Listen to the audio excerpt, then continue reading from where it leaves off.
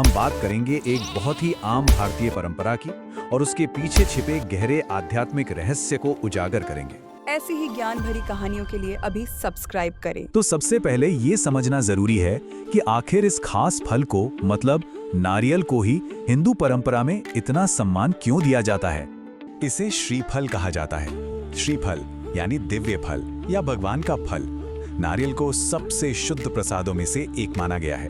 प्राचीन ऋषियों ने नारियल की बनावट में इंसान के जीवन का ही एक प्रतिबिंब देखा था।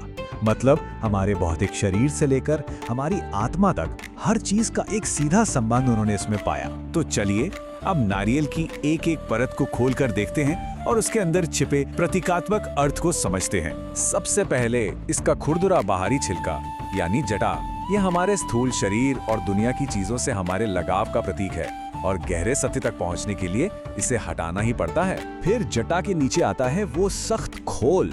ये इंसान के अहंकार का सबसे सही प्रतीक है। ये हमारी रक्षा तो करता है पर सच पूछिए तो हमें कैद भी यही करता है। और फिर आती है अंदर की सफेद गिरी।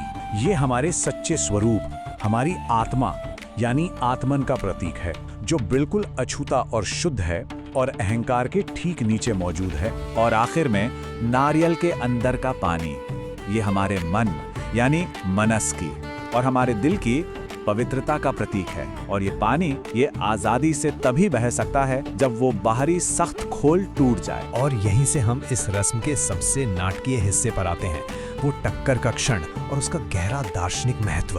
दर्शन शास्त्र की नजर से देखें तो अहंकार क्या है? ये उन चीजों के साथ खुद को जोड़ना है जो हम असल में हैं नहीं, जैसे हमारा शरीर, हमारे विचार, हमारा नाम। और यही पहचान एक तरह की जेल बना देती है। तो असल में नारियल फोड़ने का मतलब है एक ऐलान करना। ये एक शक्तिशाली भौतिक क्रिया है जिसके जरिए इंसान अपने घमंड, अपने अहंकार और स्वार्थ को परमात्मा के सामने समर्पित कर देता है। दिलचस्प बात यह है कि नारियल आध्यात्मिक प्रसादों के इतिहास में एक बहुत बड़े बदलाव को भी दिखाता है। आदि शंकराचार्य जैसे महान आध्यात्मिक गुरुओं को इसका श्रेय दिया जाता है कि उन्होंने पशु बलि जैसी प्राचीन प्रथा की जगह इस शक्तिशाली प्रतीकात्मक कार्य को स्थापित किया। इसमें बाहरी भेंट की जगह आंतरिक परिवर्तन पर जोर दिया गया। तो इस तरह नारियल एक प्रतीकात्मक मानव सिर बन गया। इसकी जटा को बाल, सख्त खोल को खोपड़ी और पानी को रक्त माना गया। ये एक कहीं ज्यादा गहरी और सार्थक भेंट थी। और यही वो गहरा प्रतीकवाद है जिसकी वजह से ये अनुष्ठान किसी भी नई शुरुआत के साथ इतनी गहराई से जुड़ गया है। तो चाहे कोई नया व्यवसाय हो, नई गाड़ी हो, शादी ब्याह हो या गृह प्रवेश हो, ये काम बाधाओं को दूर करने और दिव्य आशीर्वाद पाने के लिए किया जाता है। और अक्सर विघ्नहर्ता भगवान गणेश के सामने ही किया जाता है। तो ये एक तरह की प्रतिबद्धता है कि किसी भी सफर की शुरुआत पूरी विनम्रता के साथ की जाएगी। पहले अहंकार को तोड़कर इंसान अपने काम को साफ मन और विनम्र दिल से शुरू करना चाहता है। तो फिर इस शक्तिशाली अनुष्ठान से हमें आखिरी और सबसे बड़ी सीख क्या मिलती है? नारियल हमें एक ऐसा सबक सिखाता है जो समय से परे है। वो ये कि जैसे अंदर की शुद्ध गिरी और मीठे पानी को पाने के लिए बाहरी खोल का टूटना जरूरी है, ठीक उसी तरह हमारे सच्चे स्वरूप को बाहर लाने के लिए हमारे अहंकार का टूटना भी जरूरी है।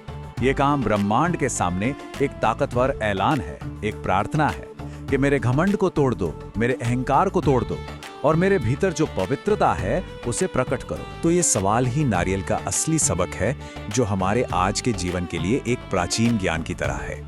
जीवन में वो कौन सा कठोर खोल है जिससे भीतर की पवित्रता को प्रकट करने के लिए तोड़ने की जरूरत है। अगर आज आपने कुछ नया सीखा तो कमेंट करें और लाइक और सब्सक्राइब भी करें।